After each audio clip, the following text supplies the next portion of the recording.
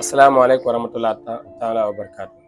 te nag seen sujet bi nekk na sujet boo xam ni bu am importance loolu képp kuy julli rek war na si bàyyi xel bu baax a baax.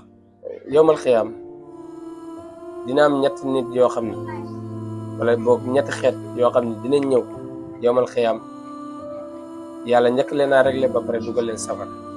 ana lan leen def lan moo waral ñu dugal leen safara ñu war a bàyyi xel la te boo amul sama bëri na suñ jamono ji yàlla buñ si bokk. ki si njëkk mooy koo xam ni xaari un doon jàng alquranul karim yàlla mayoon ko baat bu neex, yàlla mayoon ko mu mën tajwid lool bu daan jàng alquran da ngay bég.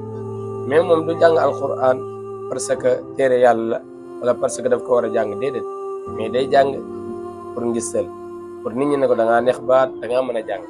day ñëw yomal xiyaam yàlla laaj ko noxo ana alquran bi ma la joxoon mu ne ko alquran bi de yàlla comme ni nga ma ko digale woon laa ko defee, jàng naa ko nam daan waree, daan naa si bëggeel nit ñi. yàlla na ko kasabta waxuloo dëgg, da nga doon jàng ngir ñu ne yow daal ku mën a jàng nga ku neex baat, jaaral nii wax ma laa kenn jël leen ko ngeen tàbbal ko biir safara. subhanallah, yàlla nañ si yàlla musal.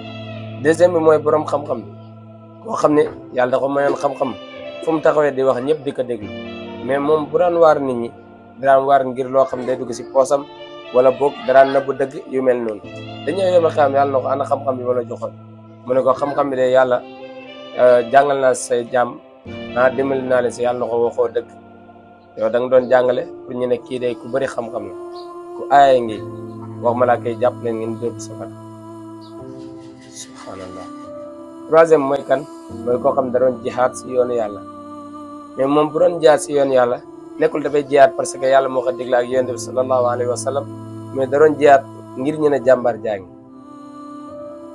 muy jihaad di jaay wane ne moom jàmbaar la.